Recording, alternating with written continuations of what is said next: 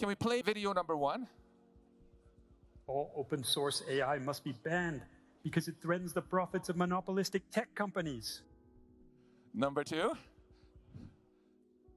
Universities should stop doing AI research because companies are much better at it.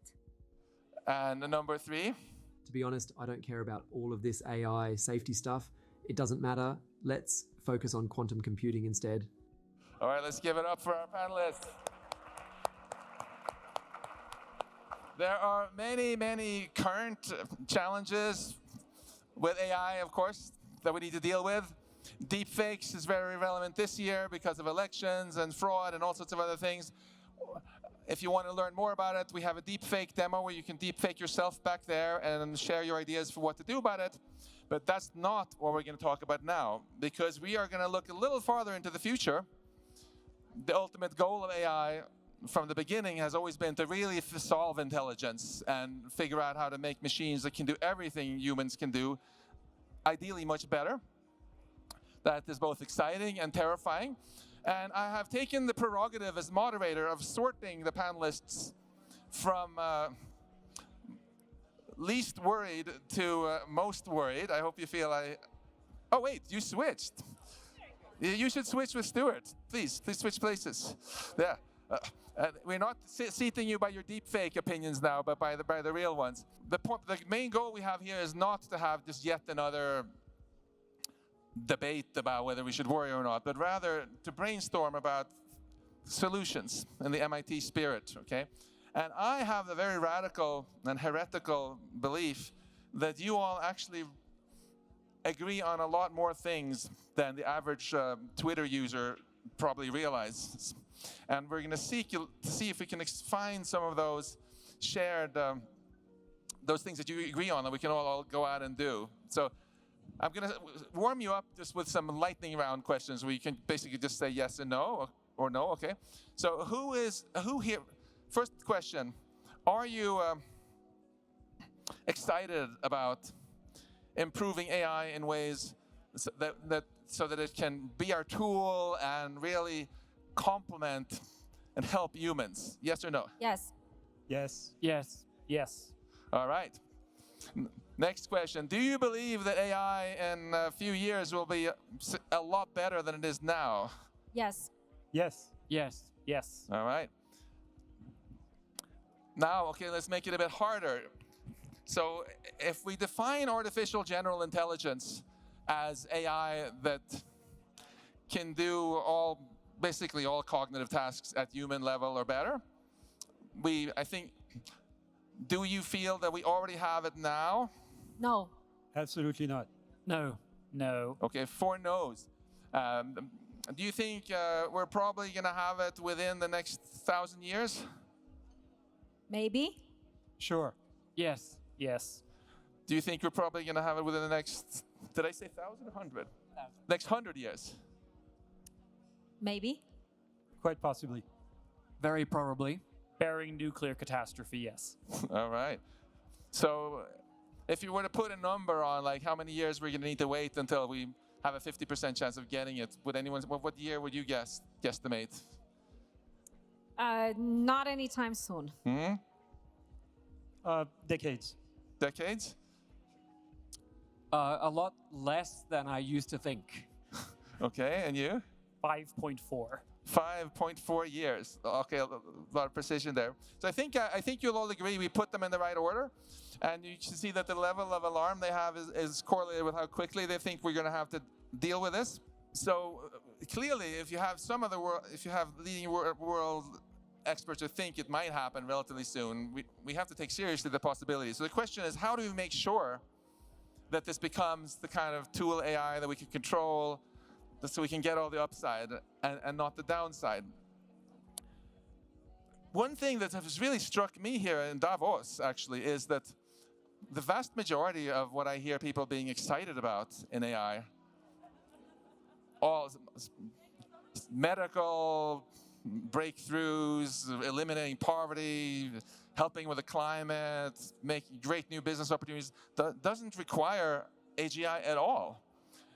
So I'm actually quite curious if somehow there were a way where we could just agree that we say, listen, do all the great AI stuff, but maybe not do super intelligence until 2040 at the earliest or something like that. Is that something you all feel you could live with, or do you feel that there is a great urgency to try to make something super intelligent as fast as possible? What would you, we all go in this direction this time, what would you say? Can live with that. Can you say it again? I can live with that. You can live with that? What about you, Stuart? Well, You can elaborate a bit more this time. I could live with that, but it's not actually relevant what I think. What's relevant is what are the economic forces driving it. And if AGI is worth, as I've estimated, $15 quadrillion, it's kind of hard to tell people, no, you can't go for that. Jan, what about you? So first of all, there is no such thing as AGI because we can talk about human-level AI, but human intelligence is very specialized, so we shouldn't be talking about AGI at all. We should be talking about what kind of intelligence can we observe in humans and animals that current AI systems don't have. And, you know, there's a lot of things that current AI systems don't have that your cat has or your dog. And they don't have anything close to general intelligence. So the problem we have to solve is how to get machines to learn as efficiently as humans and animals. That is useful for a lot of applications. This is the future because we're going to have AI assistants that, you know, we talk to help us in our daily lives. We need those systems to have human-level intelligence. So, you know, that's why we need it. We need to do it right. Daniela? Well, I'm with Jan, but let me first say that I don't think it's feasible to say we're going to stop science from developing in one direction or another. And so I think knowledge has to continue to be invented. We have to continue to push the boundaries. And this is one of the most exciting aspects of working in this field right now. We do want to improve our tools. We do want to develop better models that are closer to nature than the models that we have right now. We want to try to understand nature in as great detail as possible. And I believe that it's the feasible way forward is to start with the simpler organisms in nature and work our ways up to the more complex creatures like humans. Stuart? So I want to take issue with something. There's a difference between knowing and doing, and that's an important distinction. But I would say, actually, there are limits on what is a good idea for the human race to know. Is it a good idea for everyone on Earth to know how, in their kitchen, to create an organism that will wipe out the human race? Is that a good idea? Daniela? No, of course not. Of course not. Right. So we accept that there are limits to what is a good idea for us to know. And I think there are also limits on what is a good idea for us to do, right? Should we build nuclear weapons that are large enough to ignite the entire atmosphere of the Earth? We can do that, but most people would say, no, it's not a good idea to build such a weapon. Okay, so there are limits on what we should do with our knowledge. And then the third point is it a good idea to build systems that are more powerful than human beings that we do not know how to control? Well, Stuart, I have to respond to you. Please do. And I will say that every technology that has been invented has positives and negatives. We invent the knowledge, and then we find ways to ensure that the inventions are used for good, not for bad, and there are mechanisms for doing that, and there are mechanisms that the world is developing for AI. With respect to your point about whether we have machines that are more powerful than humans, we already do. We already have robots that can move with greater precision than you can. We have robots that can lift more than you can. We have machine learning that can process much more data than we can. And so we already have machines that can do more than we can. No, but those machines are clearly not more powerful than humans in the same way that gorillas are not more powerful than humans, even though they're much stronger than us, and horses are much stronger and faster than us. But no one feels threatened by horses. I think there is a big fallacy in all of this. So first of all, we do not have a blueprint for a system that would have human-level intelligence. It does not exist. The research doesn't exist. The science needs to be done. This is why it's going to take a long time. And so if we're speaking today about how to protect against intelligent systems, taking over the world, or the dangers of it, regardless of what they are, it's as if we were talking in 1925 about the dangers of crossing the Atlantic at near the speed of sound when the turbojet was not invented. We don't know how to make those systems safe because we have not invented them yet. Now, once we have a blueprint for a system that can be intelligent, we'll have a blueprint probably for a system that can be controlled as well. Because I don't believe we can build intelligent systems that don't have controlling mechanisms inside of them. We do as humans. Evolution, kind of built us with certain drives. We can build machines with the same drives. So that's the first fallacy. The second fallacy is it is not because an entity is intelligent that it wants to dominate or that it is necessarily dangerous. It can solve problems.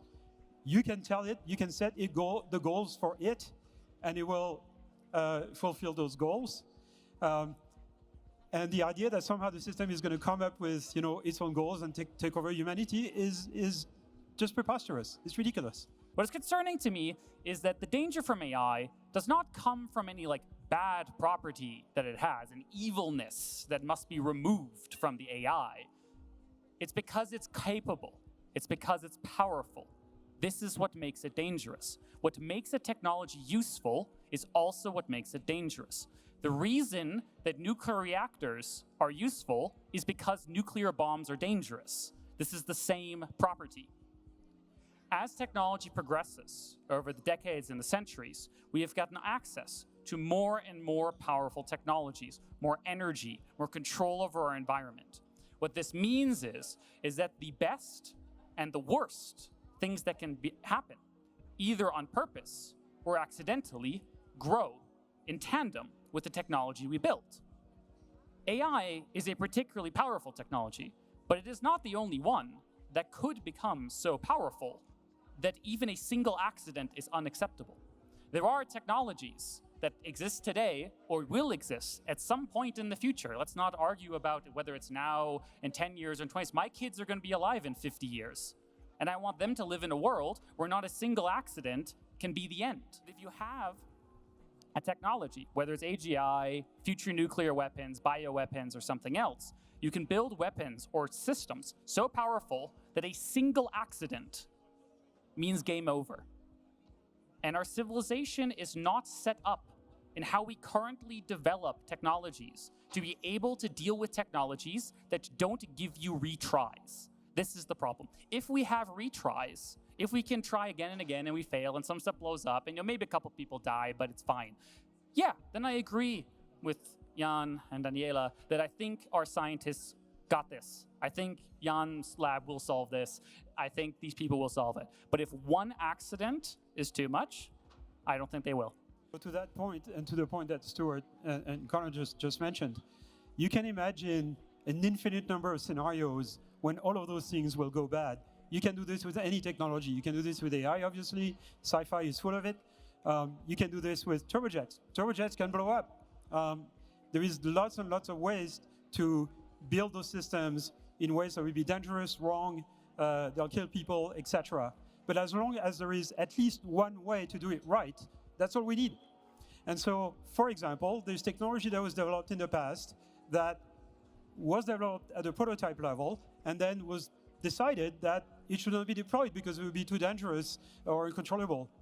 Nuclear-powered cars. People were talking about this in the 50s. They were prototypes. It was never deployed.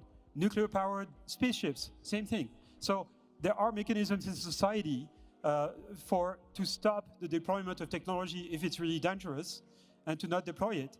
But there are ways to make AI safe. I actually actually do agree that it's important to understand the limitations of today's technology and understand and set out to develop solutions. And for some cases, we can develop technological solutions. And so, for instance, we've been talking about the bias problem in machine learning. We actually have technological solutions to solve that. We are talking about size. We're talking about interpretability. The scientific community is working on addressing the challenges with today's solutions, and also seeking to invent new approaches to AI, new approaches to machine learning that have other types of properties. And in fact, at MIT, a number of research groups are really aiming to push the boundaries to develop solutions that can be deployed on safety critical systems and on edge devices. This is very important, and there is really excellent progress. So I am very bullish about using machine learning and AI in safety critical applications. So I would say I agree with one thing that Stuart said, but also with a lot of the observations Jan shared. Several of you independently say that we need new architectures, new technical solutions. So to wrap up,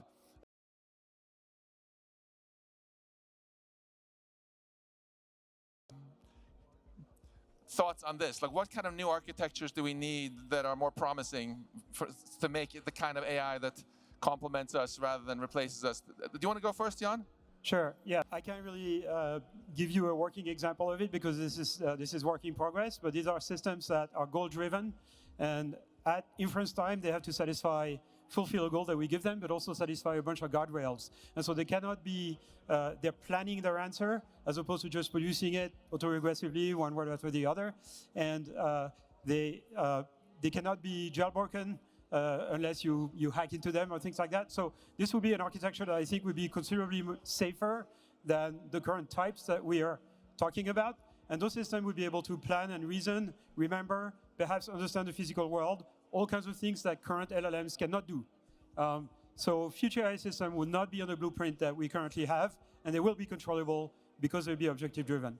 Liquid networks, which are brain-inspired by the brains of small creatures, and they are provably causal, they are compact, they are interpretable and explainable, and they can be deployed on edge devices. And since we have these great properties, we also have control. I'm also excited about connecting some of the tools we're developing in machine learning with tools from control theory. And so, for instance, combining machine learning with tools like barrier net and control barrier functions to ensure that the output of a machine learning system is safe. The actual technology that I think is most important is social technology. It is very tempting for tech people, tech nerds like all of us here on this panel to try to think of solutions that don't involve going through humans.